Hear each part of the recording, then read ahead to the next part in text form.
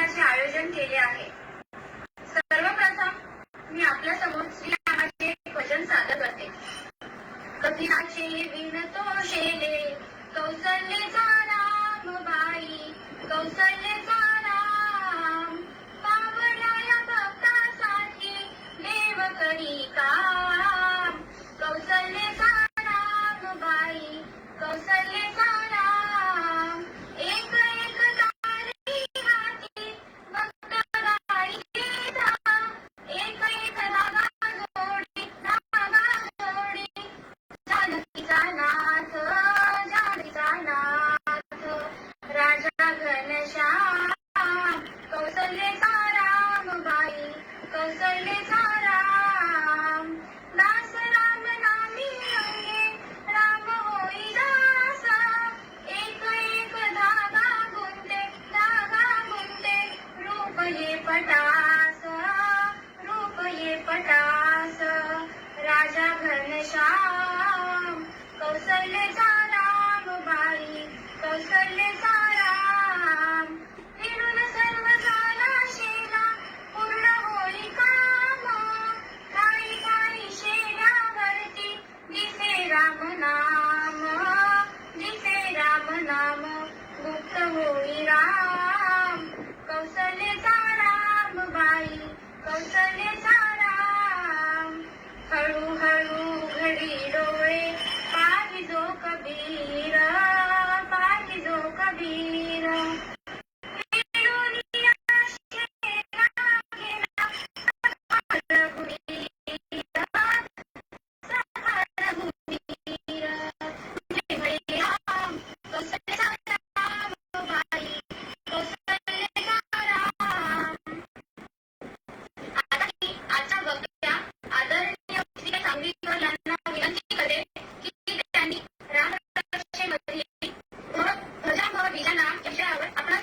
मार्गदर्शन करावे।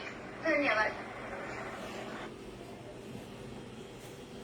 जय जय रघुवीर समर्थ, गणेश शारदा चैव सद्गुरु सज्जनस्तथा, आराध्य दैवतं गुह्यं सर्वमे रघुनंदन, कृपा कटाक्षाची किरणे मोह समुद्राचे आटणे, घडे जय त्या श्रीकृष्णे वंदू तया ते श्रीराम, जयांचे करिता स्मरण होय सकल विद्यांचे अधिकरण, ते वंदू या श्री चरण श्री गुरूंचे। जय जय रघुवीर समर्थ, आपदामपहर्तारं दातारं सर्वसंपदां, लोकाभिरामं श्रीरामं भूयो भूयो नमाम्यहम्, भर्जनं भवबीजानाम् अर्जनं सुखसंपदां, तर्जनं यमदूतानां राम रामेति गर्जनम्। जय जय रघुवीर समर्थ, राजाधिराज प्रभु रामचंद्र महाराज की जय। रामनवमीच्या नवरात्रा प्रित्यर्थ आज आदरणीय सौ शैलाताई कोकिळ यांच्याकडील प्रवचन सादर करत आहे। आनंदयोगी परमपूज्य डॉक्टर काका, श्रद्धेय मंदाताई या उभयतांना मनपूर्वक वंदन करते। उपस्थित असणाऱ्या सर्व श्रोतृवृंदाला मनपूर्वक अभिवादन करते। श्री रामरायाला नंतर रामरक्षा स्तोत्र स्वप्नात जाऊन सांगणाऱ्या श्री शंकराला, बुधकौशिक ऋषींना मनपूर्वक वंदन करते आणि चिंतनाला प्रारंभ करते। श्री रामरक्षा स्तोत्र मंत्र, या रामरक्षा रामरक्षेला स्तोत्रही म्हटलेलं आहे आणि मंत्रही म्हटलेला आहे. ह्याच्या मागची आख्यायिका जी आहे ती आपल्याला सर्वांना माहिती आहे की श्री शंकरांनी बुधकौशिक ऋषींच्या स्वप्नात जाऊन त्यांना ही रामरक्षा पूर्णपणे सांगितलेली आहे आणि त्यांनी नंतर ती शब्दबद्ध करून आपल्यासाठी एक तारक स्तोत्र आपल्यापर्यंत पोहोचवण्याची खूप मोठी कामगिरी केलेली आहे. लहानपणापासून रामरक्षा म्हणण्याचा प्रघात घरोघरी आहे. प्रत्येक मुलांना ती शिकवली जाते आणि म्हटली सुद्धा जाते. आणि रामरक्षेचं महात्म्य एकतर तो आपला रक्षण करणारा आहे म्हणून हे रक्षक स्तोत्र असं आपण म्हटलं की स्तोत्र म्हणजे काय तर स्तवन करणे, स्तुती करणे, भगवंताची स्तुती करणे. आता व्यवहारामध्ये सुद्धा आपण स्तुती करतो पण संत आपल्याला सांगतात स्तुती करावी परमेशाची, करू नये कधी नराची. कारण नराची स्तुती एक तर केली जाते ती स्वार्थापोटी तरी केली जाते, त्यांना वर चढवण्यासाठी तरी केली जाते किंवा आपलं काम करून घेण्यासाठी तरी केली जाते. आणि एकाची स्तुती केली की दुसऱ्याची उगीच त्याला निंदा केल्यासारखं वाटतं. हे दोष जे आहेत ते नराची स्तुती करण्यामध्ये आहेत. पण परमेश्वराची स्तुती, त्या परमेश्वराला गरज आहे का आपण त्याची स्तुती करावी अशी? त्याची स्तुती केली नाही केली तरी तो आपल्यावर सदैव प्रसन्नच आहे. पण आपलं चित्त प्रसन्न व्हावं म्हणून या भगवंताची स्तुती तुम्हाला आम्हाला करायची असते. या स्तोत्रामध्ये काय काय असतं तर भगवंताचं रूप, गुण, पराक्रम याचं वर्णन जे आहे ते या स्तोत्रांमध्ये आलेलं असतं. आता रामरक्षा या स्तोत्रामध्ये त्याची ध्यानाची प्रक्रिया इथं सांगितलेली आहे. त्यानंतर या स्तोत्राला प्रभू रामचंद्र ही देवता आहे. या स्तोत्राची शक्ती सीता माता आहे आणि या स्तोत्राचं किलक म्हणजे किल्ली हे हनुमंत आहे. म्हणजे आपल्याला जर प्रभू रामचंद्रापर्यंत पोहोचायचं असेल तर त्यासाठी साधना करण्याची शक्ती सीतामाईकडनं घेतली पाहिजे आणि प्रभूपर्यंत आपल्याला पोहोचवण्याचं काम मारुतीरायांनी करावं अशी त्याला विनंती केली पाहिजे. आता याच्यामध्ये सुरुवातीला ध्यान प्रक्रिया आपल्या समोर ठेवलेली आहे. त्यानंतर प्रत्येक अवयवाच्या ठिकाणी या ठिकाणी रामाचं वर्णन करत करतच कौसल्यात्मज, दशरथात्मज इत्यादी तऱ्हेने त्याचं वर्णन करत करत कपाळापासून, मस्तकापासून तर पायापर्यंत आपला रक्षण करणारा, रक्षण करता कोण आहे तर प्रभू रामचंद्रच आहे.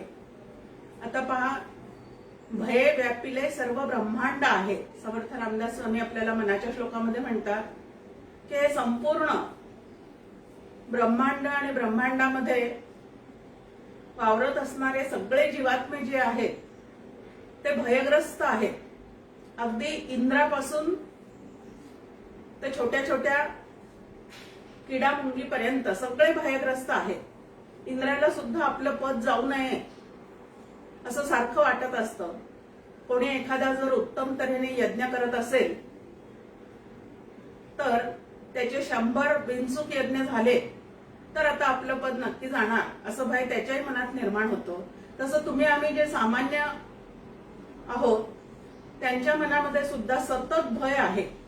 काय होईल, कसं होईल, माझं काय होईल, कसं होईल, प्रपंचाचं काय होईल, कसं होईल, मी जमावून ठेवलेल्या संपत्तीचं काय होईल, कसं होईल, माझ्या मुलाबाळांचं काय होईल, कसं होईल.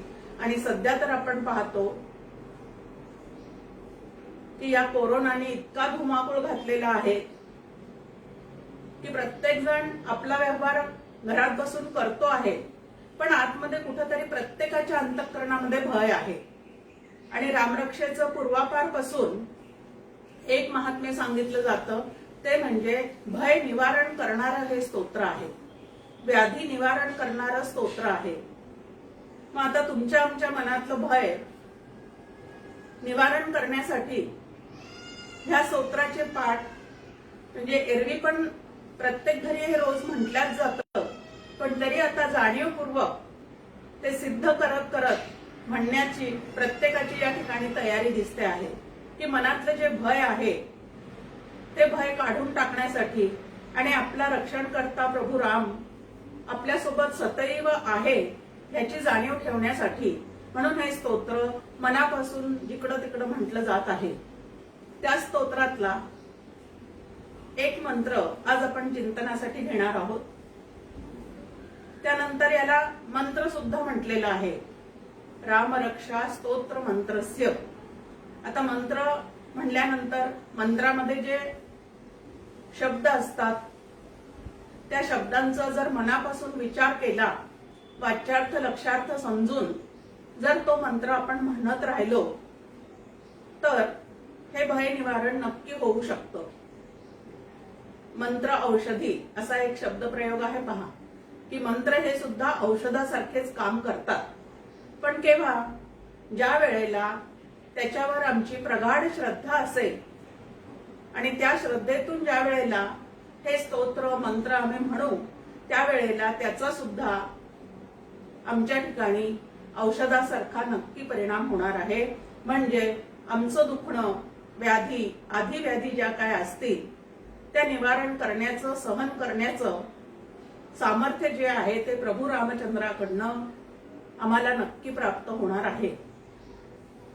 तर असं हे स्तोत्र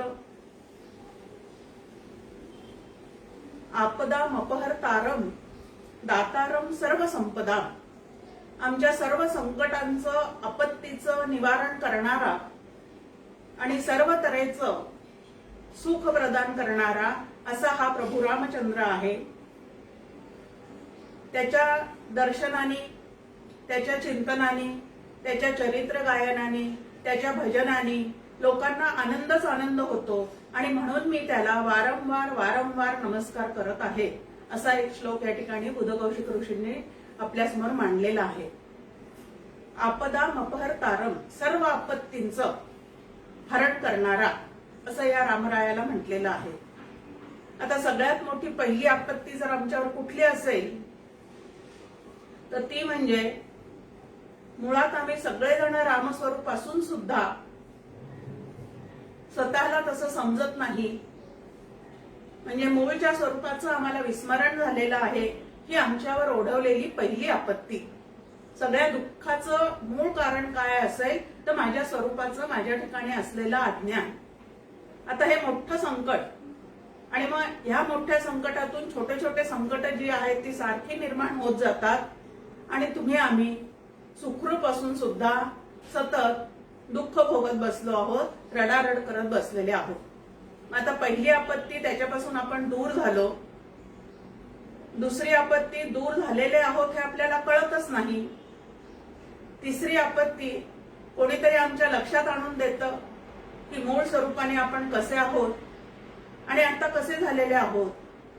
हे लक्षात आणून दिल्यानंतर सुद्धा परत मूळ स्वरूपाकडे चिंतन करण्याची आपली प्रवृत्ती होत नाही. ही एक अजून आपल्यावर कोसळलेली आपत्ती.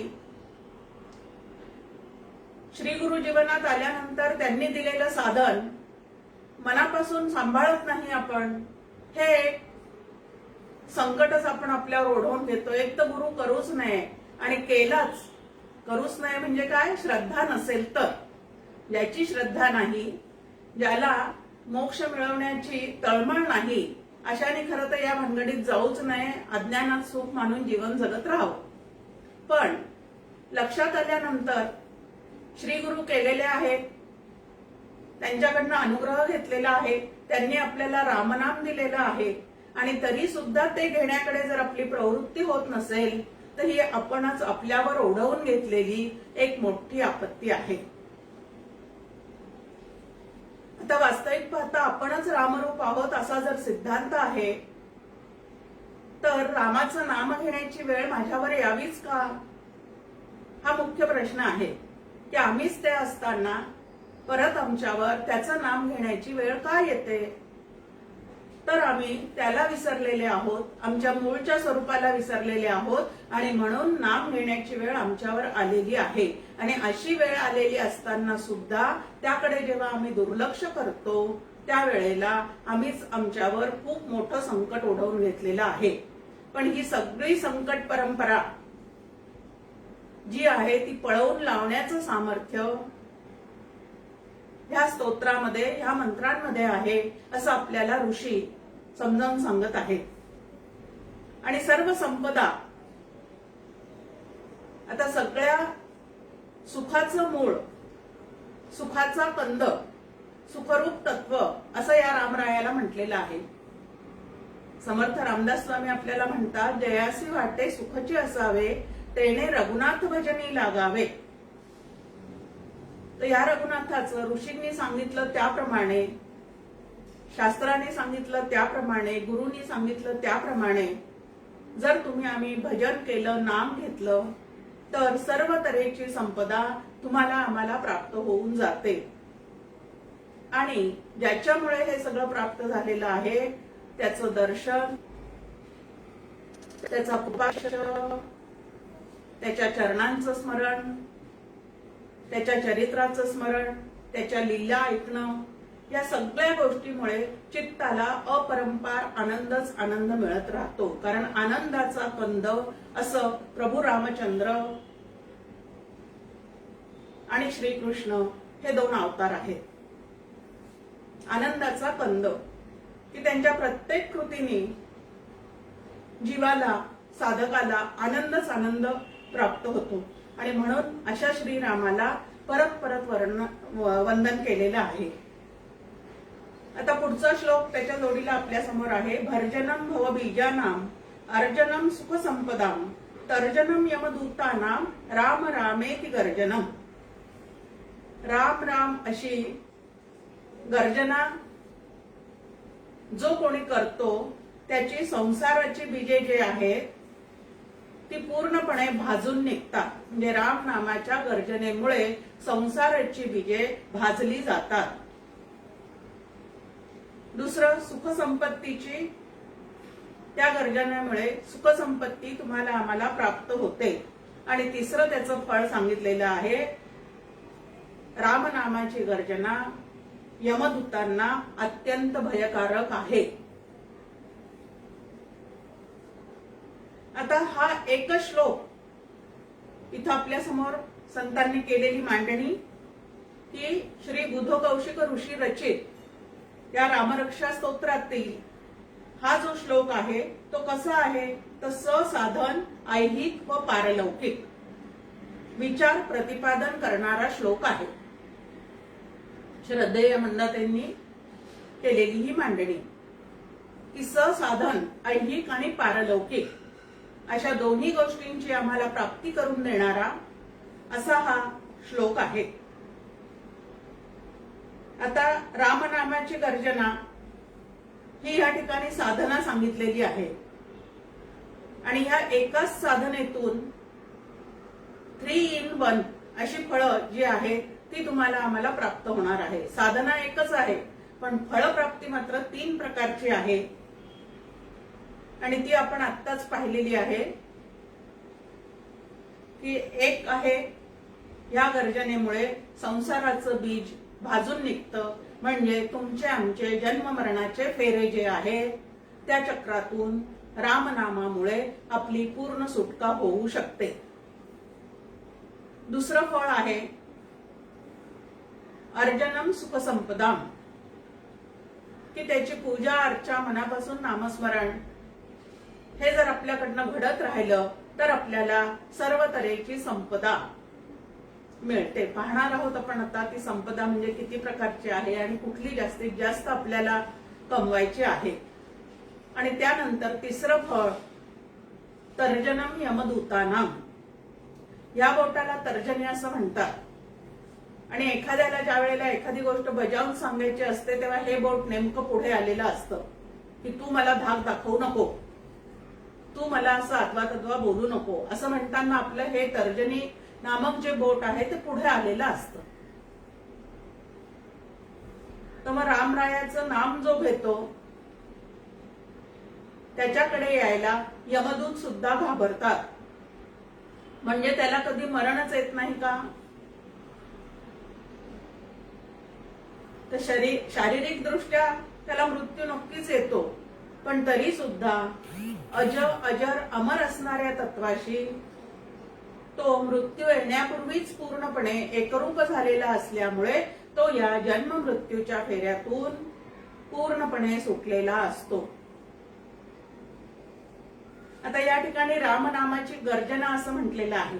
आधी रामनामाचं महात्म्य काय आहे ते आपण पाहूया. रामायणामध्ये एक श्लोक आलेला आहे. भगवान शंकर पार्वतीला सांगत आहेत या रामनामाचं महत्व, की हे रामनाम कसं आहे. तर श्रीराम हा नामाक्षर बीज मंत्र आणि त्याचाच मी अखंड जप करत असतो. कोणाला सांगतंय हे खूप महत्वाचं आहे. ऐकणारा श्रोताही खूप या ठिकाणी महत्वाचा आहे आणि सांगणारा वक्ता सुद्धा तेवढाच श्रेष्ठ महत्वाचा आहे. महादेव पार्वतीला सांगत आहेत की रामनाम हे अत्यंत श्रेष्ठ आहे. बीजाक्षर असा तो मंत्र आहे आणि त्याचा मी अखंड जप करत असतो. म्हणजे भगवान शंकर सुद्धा या रामनामाचा अखंड जप करत असतात. आणि ते म्हणतात की हा मंत्र, रामनाम हा मंत्र माझ्यासाठी परमामृत आहे. श्रेष्ठ असणारं असं अमृत, की जितकं सेवन करावं तितकं त्याचा आनंदच आनंद मिळतो, असं हे अत्यंत श्रेष्ठ असणारं परमामृत नाम आहे. त्याचा प्रभाव इतका थोर आहे पार्वती, की क्षीरसमुद्रात ज्या वेळेला मंथन झालं आणि त्यातून हलाहल विष बाहेर आलं, तेव्हा त्याचा त्रास इतरांना होऊ नये म्हणून मी प्राशन केलं. आणि ते प्राशन केल्यानंतर माझ्या सर्वांगाचा जो दाह होत होता, तो दाह या परमामृत असणाऱ्या नामस्मरणाच्या सेवनाने खरोखरीच पूर्णपणे शांत झाला आणि मला ते विष बाधलं नाही. माझ्यावर त्या विषाचा काहीही परिणाम झालेला नाही. आणि म्हणून हा मंत्र मी सतत जपत असतो आणि माझं ध्येय सुद्धा प्रभू रामचंद्रच आहे. भगवान शंकर काशीमध्ये सुद्धा ज्या ठिकाणी यात्रेला गेलेल्या कोणाला त्या ठिकाणी जर मृत्यू जवळ आलेला असेल तर त्याच्या कानामध्ये हाच मंत्र देतात, अशीही आपल्या समोर कथा सांगितली जाते. आता ह्याच मंत्राचं किती सुंदर पद्धतीने वर्णन श्री समर्थांनी केलेलं आहे बघा. सुरेंद्र चंद्रशेखरू अखंड ध्यात असे हरू, जनासी सांगतो पुन्हा श्री राम राम हे म्हणा. प्रचितीचे बोल, शंकराचे हे प्रचितीचे बोल आहेत आणि जनासी सांगतो पुन्हा श्री राम राम हे म्हणा. मीही श्री राम रामाचा सतत जप करतो आणि तुम्हीही त्या नामाचा जप करा. महेश पार्वती प्रति विशेष गुज सांगती, सलाभ होत असे दुना श्री राम राम हे म्हणा. तुम्ही रामनामाच्या अनुसंधानात राहाल तर तुम्हाला लाभच लाभ होणार आहे. विषय बहुत जाळिले विशेष अंग पोळिले, प्रचित माझी या मना श्री राम राम हे म्हणा. मी माझ्या स्वानुभवावरून तुम्हाला सांगतो की राम नाम घेतलं की अत्यंत शांतीचा, तृप्तीचा, समाधानाचा असा अनुभव मला स्वतःलाही आलेला आहे आणि म्हणून तुम्हाला सांगत आहे. बहुत पाहिले खरे परंतु दोन्ही अक्षरे, चुकेल येम यातना श्री राम राम हे म्हणा. खूप उपासना पद्धती आहेत, बरेच व्रतवैकल्य आहेत, अनेक साधना पद्धती आहेत, पण सगळ्यामध्ये श्रेष्ठ आणि अत्यंत सोपं सरळ काय आहे तर रामनाम हे अत्यंत सोपं साधं सरळ आहे. अति स्वल्प. समर्थ म्हणतात मनाच्या श्लोकामध्ये अतिशय स्वल्प आहे म्हणजे छोटस आहे, पण साजिरे आणि गोजिरे सुद्धा आहे. या राघवाचं नाम कसं आहे तर साजिरे आहे, गोजिरे आहे, घ्यायला सोपं आहे, एकही जोडाक्षर त्याच्यामध्ये नाही, असं इतकं सुंदर असं हे नाम आहे. आता वाल्मिकी रामायणामध्ये शतकोटी श्लोक आलेले आहेत असं म्हणतात. आणि जेव्हा त्या रामायणाचं महात्म्य मानव, दानव आणि देव या सगळ्यांना ज्या वेळेला कळलं त्यावेळेला ते आपल्याजवळ असावं असं प्रत्येकाला वाटायला लागलं की मी माझ्याजवळ ठेवून घेतो रामायण, मी माझ्याजवळ ठेवून घेतो रामायण. मग आता त्यांच्यातले वाद काही मिटेनात. त्यावेळेला मग ह्या श्लोकांची वाटणी करण्याचं काम जे आहे ते शंकराकडे आलेले आहे. दानव, मानव आणि देव हे सगळे जण शंकराकडे गेले. मग शंकरांनी त्या ठिकाणी सांगितलं की मी सगळ्यांना समसमान वाटणी करतो, या श्लोकांची सगळ्यांना समसमान वाटणी करतो, पण ती वाटणी केल्यानंतरही जे काही शिल्लक राहील की ज्याची आता वाटणी करता येणार नाही असं जे काही शिल्लक राहील ते मात्र मी माझ्याकडे ठेवून घेईन. आणि मग त्या शतकोटी श्लोकांची वाटणी जी आहे ती महादेवांनी केली असं सांगण्यात येतं की 33 करोड, मग 3300 ह्या पद्धतीने. मग सगळ्यात शेवटी एकच श्लोक राहिला आणि अनुष्टुप छंदात असल्यामुळे त्यामध्ये 32 काय होते तर 32 अक्षरं आहेत. आणि मग आता याचं वाटणी करायची तिघांमध्ये. मग शेवटी 10-10-10 अशी ती वाटणी केली आणि शेवटी उरले ते 2 अक्षर. ते अक्षर आहे राम. आणि मग शंकर म्हणले की बाकीचे श्लोक सगळे तुम्हाला वाटून दिले आणि हे राम नाम जे आहे ते मात्र मी माझ्याजवळ ठेवून घेतो. म्हणजे हे किती श्रेष्ठ असणारं असं नाम आहे हे आपण ह्या कथेवरून लक्षात घ्यायचं आहे की खुद्द भगवान शंकरच ज्या वेळेला त्या रामनामाची एवढी माहिती सांगतात त्यावेळेला आपण सुद्धा त्यांच्यावर श्रद्धा ठेवून, भक्ती ठेवून मनापासून हे नाम घेतलं पाहिजे, म्हणजे त्याची गर्जना केली पाहिजे. राम रामेति गर्जनम. आता गर्जना कोण करतो तर सिंह गर्जना करतो, वाघ डरकाळी फोडतो, कोल्हे कुईकुई करतात. ह्या पद्धतीने आपण ते जे आवाज काढतात त्याला नावं दिलेले आहेत. आता सिंह जो आहे तो गर्जना करणारा आहे आणि संपूर्ण जंगलाचा राजा असं या सिंहाला म्हटलं जातं. आणि तो जेव्हा गर्जना करून गुहेतून बाहेर येतो त्यावेळेला बाकीचे सगळे जे चतुष्पाद प्राणी, उडणारे पक्षी त्याची गर्जना ऐकली की सगळेजण आपापल्या घरट्यामध्ये जाऊन बसतात.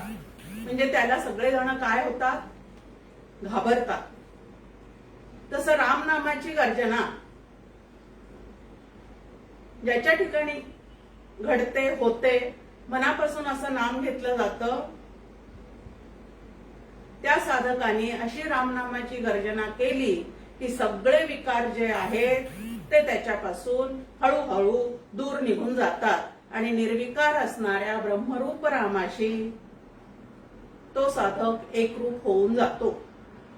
कारण पहिलं फळ काय सांगितलेलं आहे, संसाराचं बीज जे आहे ते भाजून निघतं. बीज भाजून केली नाही आम्हा जन्म मरण नाही, असा तुकाराम महाराजांचा अभंग आहे. आणि पंढरपूरला गेल्यानंतर त्या वारीहून परतताना लाह्यांचा प्रसाद आणण्याची पद्धत आहे. आता ह्या लाह्या म्हणजे काय असतं, तर ज्वारी भाजून लाही केली जाते आणि ही भाजलेली लाही जी आहे ती जर भूमीमध्ये बी म्हणून पेरली गेली तर त्याच्यातून परत ज्वारीला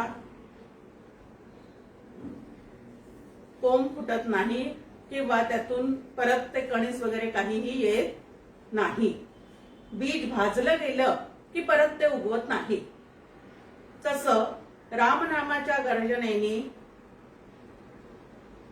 या भवसागरात येण्याचं जे निमित्त आहे, कशामुळे आम्ही या भवसागरात येतो, जन्म घ्यावा लागे वासनेच्या संगे. जे वासनेमुळे आमच्या मागे जन्म मृत्यूचा ससेमिरा लागलेला आहे आणि या वासनेचं बीज जे आहे ते रामनामामुळे जळून जातं.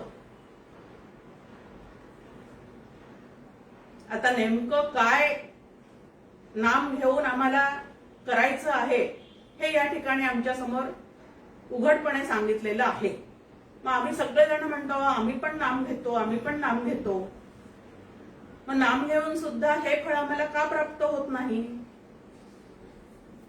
राम नाम सब कोई कहे, ठक ठाकुर और चोर. जिस नाम से ध्रुव प्रल्हाद तरे, वो नाम है कुछ और. नामाचं उच्चारण करणं आणि नामस्मरण करणं ह्यामधलं अंतर जे आहे, तफावत जी आहे ती तुम्ही आम्ही ओळखली पाहिजे. दुसरं, नाम कशासाठी घेतोय, त्याचा उद्देश काय आहे, मला नेमकं त्यातून काय प्राप्त करून घ्यायचं आहे, हे सुद्धा तुमच्या आमच्या लक्षात असलं पाहिजे. मग जन्ममृत्यूचं कारण काय आहे, तर वासना हे आहे. आता भव हा एक शब्द या ठिकाणी आलेला आहे. आता भव भव म्हणजे नेमकं काय आहे? याला भवसागर म्हणतात, भवारण्य म्हणतात, भवनदी म्हणतात. असं तो भव शब्द म्हणजे नेमकं काय आहे, तर भव शब्दाचा अर्थ सांगितला जातो भावे, ही भावना. हे असं व्हावं, ते तसं व्हावं, हे असं झालं असतं तर बरं झालं असतं, ते तसं झालं असतं तर बरं झालं असतं. सतत काहीतरी व्हावं व्हावं व्हावं असं वाटत राहणं, याला भव असं म्हटलेलं आहे. मुलगा झालाय, लग्न झाल्यानंतर पहिल्यांदा मुलगा व्हावा असं वाटतं. मुलगा झाल्यानंतर त्यांनी शहाणं व्हावं असं वाटतं. त्याचं शिक्षण वगैरे पूर्ण झाल्यानंतर त्याचं लग्न व्हावं वाटतं. त्याचंही लग्न झाल्यानंतर त्याला 2-4 वर्षातच पहिलं अपत्य व्हावं असं वाटतं. ते अपत्य चांगलं निघावं असं वाटतं. सांपत्तिक दृष्ट्या आम्ही सुस्थिर असावं असं वाटतं. हे जे सतत वाटणं वाटणं वाटणं या दृश्य जगता संबंधी, त्याच्यामध्ये लौकिकामध्ये मी सतत सुस्थिर असावं असं जे सारखं वाटणं चाललेलं आहे ते भवसागराचं स्वरूप आहे. आता या भवसागरामध्ये आम्ही वासनेमुळे येतो असं संत आपल्याला सांगतात. आता या वासना वासना म्हणजे नेमकं काय आहे? चकार लावून ज्या इच्छा आमच्या मनामध्ये खोलवर जाऊन रुजलेल्या असतात त्याचं वासनेमध्ये रूपांतर होतं आणि त्या वासना बुद्धीमध्ये जाऊन बसतात आणि अंतिमती सागती, शेवटच्या क्षणी चकार लावलेली जी इच्छा किंवा आमचं अंतःकरण ज्या ठिकाणी गुंतलेलं आहे त्याप्रमाणे परत तुम्हाला आम्हाला जन्म मिळतो. आता माणूस जन्माला येतो आणि मृत्यूकडे जातो. मृत्यूकडे गेला की परत मृत्यूही त्याला स्वीकारत नाही, परत त्याला जन्माला घालतो. म्हणजे जन्म मृत्यू या फेऱ्यामध्ये माणूस कशामुळे अडकतो, तर या वासनेमुळे अडकतो. या वासनेचं स्वरूप काय आहे, त्या किती प्रकारच्या वासना आहेत, त्या आम्हाला अडकवून कशा ठेवतात, इत्यादी अनेक प्रश्न आता आपल्या समोर उभे राहतात. तर या वासना कशा आहेत? ओढाळ गायीसारख्या आहेत. एक छान त्या संदर्भातला अभंग आहे. वासना ओढाळ गाय, खाऊ नये ते खाय. आमच्यासाठी प्रत्येकासाठी एक वेगळं वेगळं अन्न नेमून दिलेलं आहे भगवंतानी, पण तरी जे आमच्यासाठी नेमलेलं नाही तेही खावंसं वाटतं, त्याला वासना असं म्हटलेलं आहे.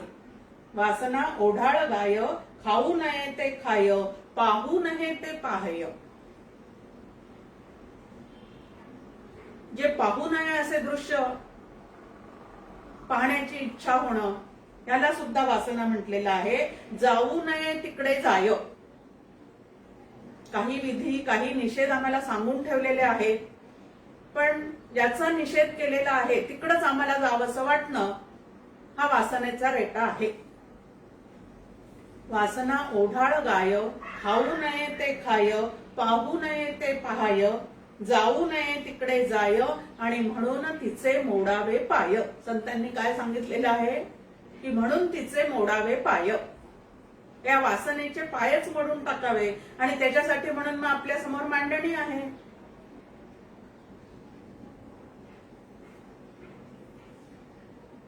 की ही वासना दृश्य जगताकडे सारखी धावायला लावते.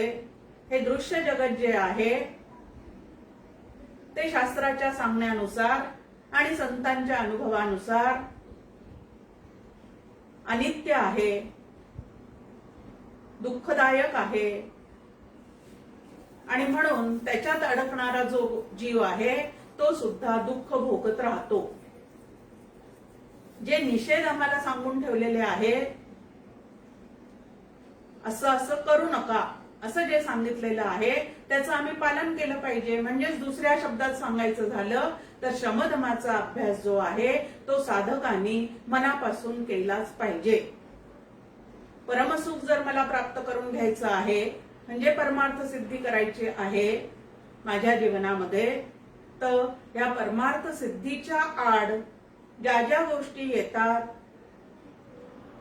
त्या त्या गोष्टीकडे मनाला आणि इंद्रियांना धावू न देण्याचा प्रयत्न, याला साधना असे म्हणतात. अशी साधनेची एक सुंदर व्याख्या या ठिकाणी तुमच्या आमच्या समोर येऊन जाते. आता या वासना किती प्रकारच्या आहेत की ज्या आम्हाला भवसागरामध्ये गटांगळ्या खायला भाग पाडतात. त्या वासना 4 प्रकारच्या आपल्या समोर शास्त्राने मांडून ठेवलेल्या आहेत. एक देह वासना, मी म्हणजे देह असं देह तादात्म्य ज्याच्या ठिकाणी पूर्ण बांधलेलं आहे, त्याच्या चित्तात देह रूपाने मी अखंड असावं, माझ्या देहाची इतरांनी काळजी घ्यावी, आपण आपल्या वासनेनी ह्या देहात आलेले आहोत पण त्याची काळजी मात्र इतरांनी घ्यावी अशी इच्छा, यालाही वासनाच म्हटलेलं आहे. हे देह तादात्म्यातूनच येतं. त्या देहाला नटवावं, त्याला कुरवळावं, त्या देहाचं इतरांनी कौतुक करावं, आणि त्या देहाच्या साह्यानेच मी अमर व्हावं, सुंदर दिसावं, मिरवावं, असं जे काही तुम्हाला आम्हाला सतत वाटतं त्याला देह वासना असं म्हटलेलं आहे. की देह सोडून कधी जाऊच नाही असं वाटतं. आता ही वासना जी आहे ती सुद्धा आम्हाला सुख देते का दुःख देते? हा देह जो माझा आहे तो स्वरूपाने कसा आहे? नित्य टिकणारा आहे का? कायम मला आरोग्य देणारा आणि सुख देणारा आहे का? असा जर आपण विचार करून पाहिलं तर लक्षात येतं की हा क्षीण होणारा आहे. अस्ति जायते वर्धते विपरिमनते अपक्षीयते आणि म्रियते असे 6 विकार जे आहेत ते या देहाच्या मागे लागलेलेच आहेत. मग कितीही जरी या देहाकडनं सुख भोगण्याची माझी इच्छा असली तरी माझाच देह ते सुख पूर्णपणे माझ्या पदरात घालू शकत नाही, कारण त्याची शक्ती जी आहे ती हळूहळू कमी होणारी आहे. आणि म्हणून देहाच्या साह्याने आजपर्यंत कोणीही कधीही पूर्ण सुखी झालेला नाही, आणि म्हणून माझ्या या इच्छेला काहीच अर्थ नाही. मग या इच्छेतून जर मला सोडायचं असेल तर तुझे कारणी देह माझा पडावा, देहे बुद्धी ते आत्मबुद्धी करावी. आपल्या देहावरची आसक्ती कमी होण्यासाठी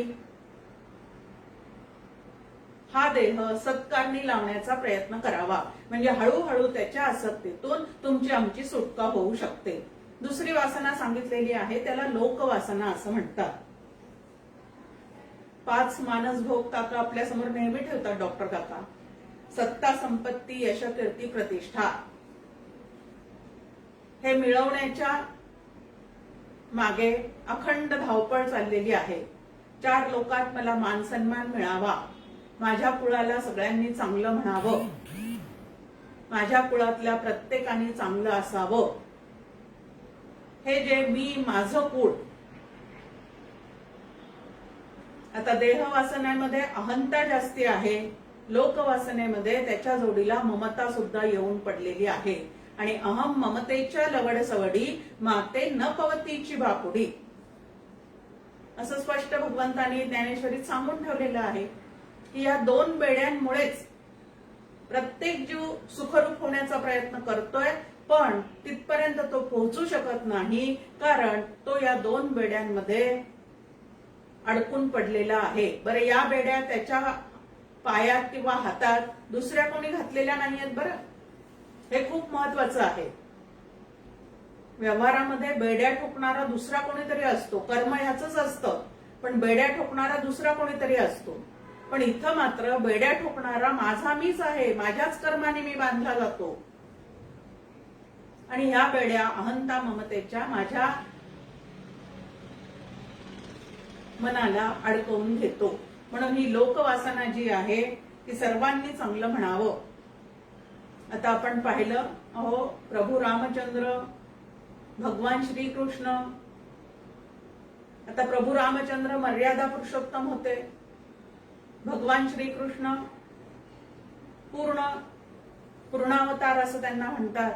त्या दोघांनी पूर्ण इतके सुंदर भव्य दिव्य कर्म करून तुमच्या आमच्या समोर हिताचं काय आहे हे स्वतःच्या आचरणातून दाखवून दिलेलं आहे. सर्व लोकांच्या हिताची अखंड त्यांनी चिंता वाहिलेली आहे. पण त्यांच्यावर सुद्धा आक्षेप घेणारे, त्यांच्या कीर्तीला सुद्धा कलंक आहे असं म्हणणारे कितीतरी लोक अजूनही आपल्याला या ठिकाणी दिसतात. मग त्यांची कीर्ती त्यांच्या दृष्टीने म्हणजे इतरांच्या दृष्टीने त्यालाही जर कलंक लावतात, तर तुमच्या आमचे जे काय असेल आयुष्य, त्या आयुष्यात तुम्ही आम्ही जे काय करून ठेवलेलं आहे ते सगळ्यांनाच पसंत पडेल असं काही होऊ शकणार आहे का? होऊ शकत नाही. मग आता ही लोकवासना जी आहे सर्वांनी चांगलं म्हणावं. आता मला जे चांगलं वाटतं ते समोरच्याला चांगलं वाटेलच असं नाही, कारण व्यक्ती तितक्या प्रकृती. प्रत्येकाला मन आहे आणि त्या मनामध्ये 3 गुण जे आहेत ते प्रत्येकाच्या ठिकाणी व्यापलेले आहेत. त्याच्यामध्ये 1 गुण वरचढ आहे आणि 2 गुण दबलेले आहे. असं संपूर्ण जग जे आहे ते त्रिगुणात्मक आहे. आणि या 3 वृत्तींचा गोंधळ जो आहे तो सगळीकडे चाललेला असतो. मग सत्वगुणी माणसाला जे चांगलं वाटतं ते रजोगुणी माणसाला चांगलं वाटत नाही. रजोगुणी माणसाला जे चांगलं वाटतं ते सत्वगुणी माणसाला त्याचं वागणं पटत नाही. या पद्धतीने इथं प्रत्येक ठिकाणी असं चाललेलं दिसतं. मग सगळेजण मला चांगलं म्हणावं असं मला कितीही जरी वाटलं, एक गोष्ट आपण लहानपणापासून ऐकतो की एक मुलगा त्याच्या वडिलांना घेऊन निघालेला असतो प्रवासाला. आता एकच त्या ठिकाणी त्यांचं घोडं म्हणा किंवा गाढव म्हणा काय जे आहे ते वाहन एकच त्याच्याजवळ होतं. मग तो आधी आपल्या वडिलांना त्याच्यावर बसवायचा आणि तो मुलगा लहान ज्या वेळेला हातात धरून ते चालायचं तेव्हा लोक म्हणायचे, पहा त्या वडिलांना काही वाटतं का एवढ्या लहान मुलाला पायी चालवायला लावून स्वतः त्याच्यावर बसतो. नंतर मुलगा त्याच्यावर बसला आणि वडील चालताना दिसले तर काही लोक काय म्हणायचे की पहा एवढे म्हातारे झालेले वडील आहेत पण त्यांना पायी चालवतोय ना, हा बसला त्याच्यावर. हे कसंही वागलं तरी ते प्रत्येकाला पसंत पडेल असं या जगात असू शकत नाही. आणि म्हणून जगन मिथ्यात्व निश्चय जो आहे तो या लोकवासनेतून सुटण्यासाठी तुम्ही आम्ही करून घेतला पाहिजे. तिसरी सांगितलेली आहे शास्त्र वासना. परमार्थाला लागतो माणूस, काहीतरी जाणून घेण्याची इच्छा असते, पण हे जाणून घेण्यासाठी किती तऱ्हेचा अभ्यास करावा असं त्याच्या मनात येतं. हे वाचलं की ते वाचू, ते झालं की ते करू, ते झालं की ते करू. आणि कशासाठी हे सगळं चाललेलं आहे हा उद्देश पण त्याचा जर स्पष्ट नसेल तर तो सुद्धा या शब्द ज्ञानामध्ये आणि हे जाणलं पाहिजे, ते जाणलं पाहिजे अशा या वासनेमध्ये अडकून पडतो. आणि शब्दारण्यामध्ये जो अडकून पडतो हा अभ्यासही आपला कशासाठी चाललेला आहे तर शास्त्रांनी जिकडं निर्देश केलेला आहे असं ते ब्रह्मतत्व आपणच आहोत असं पूर्ण आपल्याला जाणायचं आहे का अजून मला वादविवादात वगैरे या ठिकाणी जयपत्र मिळवत चालवायचे आहेत. हा उद्देश सुद्धा तिथं स्पष्ट नसेल तर हे जाणावं ते जाणावं ह्या वासनेतून ब्रह्मरूप न होता तो ब्रह्मराक्षस मात्र होऊन राहतो. ब्रह्म राक्षसाची एक फांदी जी आहे ती त्याच्यासाठी शिल्लक राहिली जाते. आता ह्याच्यातून जरी मला सुटायचं असेल तर उपाय काय आहे तर शास्त्राचा अभ्यास संतांच्या सहवासात करून तो अभ्यास करून मला नेमकं प्राप्त काय करून घ्यायचं आहे हे पूर्णपणे लक्षात घेणे त्याला शास्त्र वासनेतून सुटणे असं म्हणतात. डॉक्टर काका एक गमतीने सांगतात नेहमी, आपल्या एकट्यापुरतं ज्या वेळेला आपल्याला औषधं लागतात ना त्यावेळेला एका डॉक्टरकडे गेलो, तपासलं, त्याने दिलेली चिठ्ठी आणि त्याप्रमाणे तेवढे औषधं घेतले की बरं, मग खूप काही जाण्याची गरज नसते. पण ज्याला मेडिकल स्टोअर काढायचं आहे त्याला मात्र सगळ्या औषधांची काय असते माहिती असली पाहिजे. मग आपल्याला नेमकं काय करायचं आहे, कोणाला शास्त्रामध्ये जिंकायचं आहे, वादामध्ये जिंकायचं आहे, विद्वत्ता मिरवायची आहे का ज्ञानघन ब्रह्मरूप होऊन राहायचं आहे. हा उद्देश जिथं व्यवस्थित असेल तिथं या वासनेतून सुद्धा आपली सुटका होऊ शकते. नक्की लक्षात घ्यायचंय की ज्ञानी व्हायचं नाही, ज्ञानरूप व्हायचं आहे. आणि ज्ञानरूप असणारं जे तत्व आहे ते सर्वत्र सदा सम आहे. आणि ज्ञानी होण्याची जी खटपट आहे ती मात्र बुद्धी सापेक्षतेने आहे. तिथं मग चढाओढ राहते. आणि मला या ठिकाणी अशा स्पर्धेमध्ये उतरायचं नसून मला ब्रह्मरूप ज्ञानरूप होऊन राहायचं आहे. चौथी वासना सांगितलेली आहे ती विषय वासना आहे.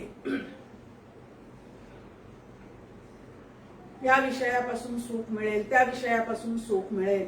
एक तर मी देह आहे, हे देह तादात्म्य आहे. दुसरं जग सत्य आहे अशी एक भ्रांती मनामध्ये निर्माण झालेली आहे. आणि तिसरं ज्या अर्थी देवाने हे सगळं जग निर्माण केलेलं आहे त्या अर्थी ते माझ्या भोगासाठीच आहे आणि मी ते भोग भोगू शकतो, मिळवू शकतो, कमावू शकतो. म्हणजे कर्तृत्व भोक्तृत्व भ्रांती, तिन्ही भ्रांतीमध्ये जो अडकलेला आहे तो हा विषय वासनेने ग्रस्त झालेला असतो. एक छान संस्कृत श्लोक आहे आपल्या समोर, त्यामध्ये एकेका विषयामध्ये एक एक प्राणी अडकून स्वतः कसा भ्रमिष्ट होऊन राहतो किंवा संपून जातो ते सांगितलेलं आहे. की भोंगा जो आहे तो गंधामुळे अडकून पडतो. लाकूड पोखरण्याची असणारी शक्ती विसरून कमलदलामध्ये अडकून पडतो. स्पर्शामुळे हत्ती अडकतो. वास्तविक पाहता मोठे मोठे झाडं सोंडेच्या किंवा पायाच्या एका फटकाऱ्याने तो उन्मळून पाडू शकतो, पण तरी कोळ्याच्या स्पर्शाने स्वतःला अडकून घेतल्याचा भ्रम जो आहे तो त्याला होतो. मृग जो आहे तो शब्दामुळे अडकून पडतो. पतंग नावाचे कीटक रूपामुळे म्हणजे दिव्याकडे आकर्षित होतात, उजेडाकडे आकर्षित होतात आणि तिथं ते अडकून पडतात आणि पूर्ण मृत्यू दशेला जाऊन पोहोचतात. त्यानंतर मीन म्हणजे मासा जो आहे तो रस या विषयामध्ये अडकलेला आहे.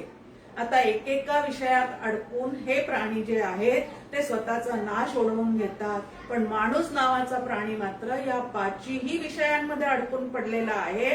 मग तो जिवंत असताना स्वतःचा किती प्रकारे नाश करून घेत असेल, किती हानी करून घेत असेल याचा विचार आपणच आपल्या ठिकाणी करावा.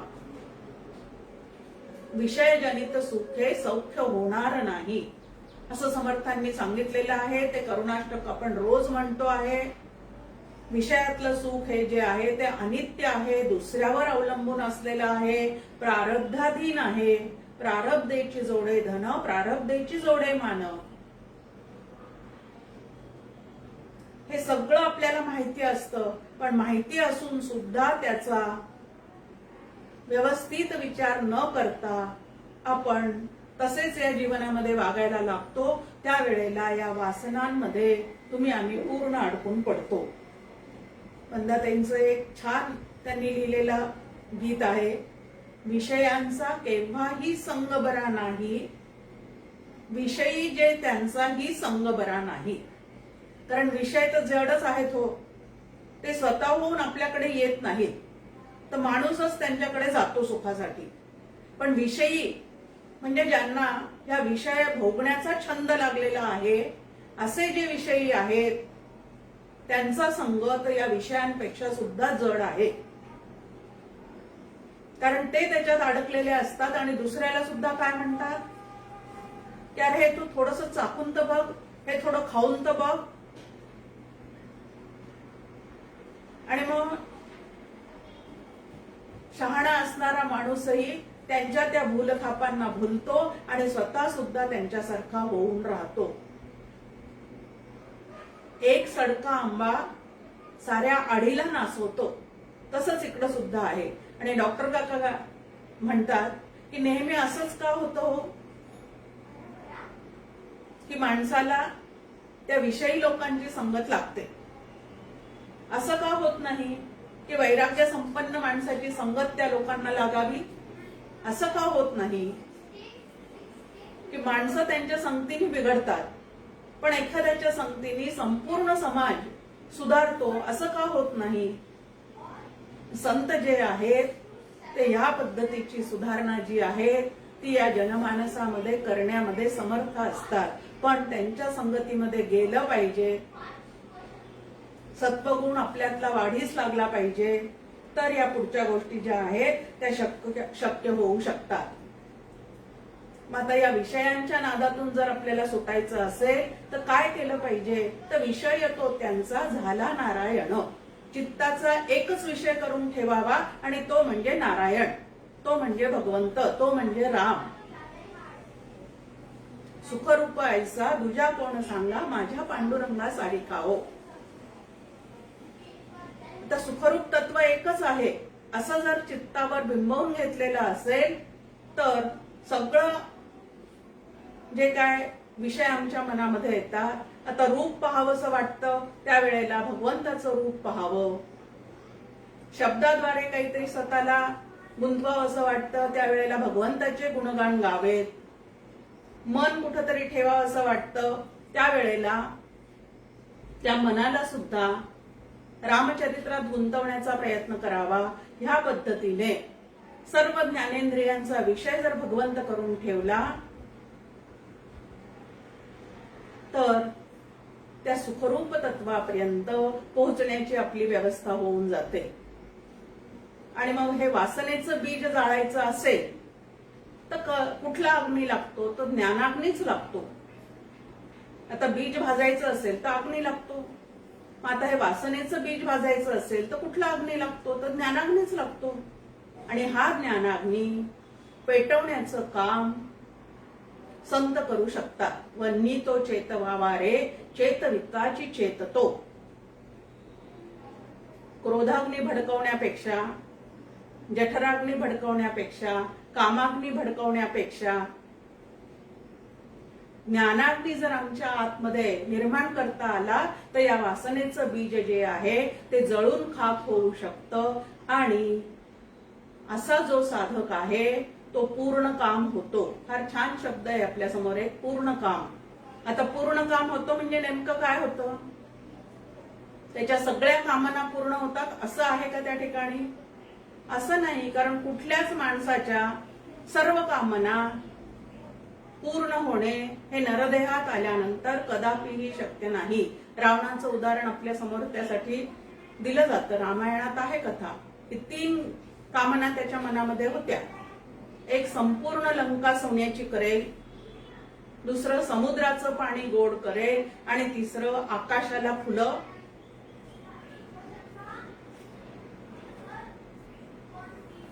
करेल, निर्माण करेल.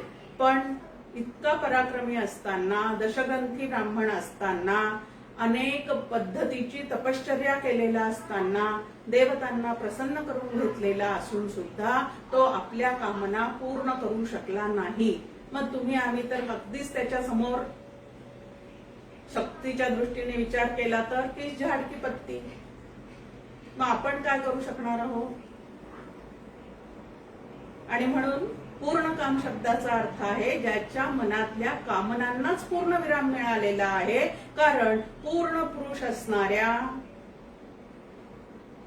पुरुषोत्तमाशी तो एकरूप झालेला आहे. त्या पुरुषोत्तमाशी एकरूप झाल्यानंतर काम नावाची गोष्ट चित्तामध्ये शिल्लकच राहत नाही. डोंगरे शास्त्री छान सांगायचे, जहा राम है वहां काम टिक ही नहीं सकता. की जिथं तो राम असा पूर्णपणे आतमध्ये बसलेला आहे, त्याच्याविषयीचं प्रेम अंतःकरणामध्ये पूर्ण जागृत झालेलं आहे, त्याच्या चित्तामध्ये काम नावाची गोष्ट म्हणजे विषय सुख भोगण्याची जी इच्छा आहे ती शिल्लक राहू शकत नाही. कारण तो पूर्ण सुखाला प्राप्त झालेला असतो.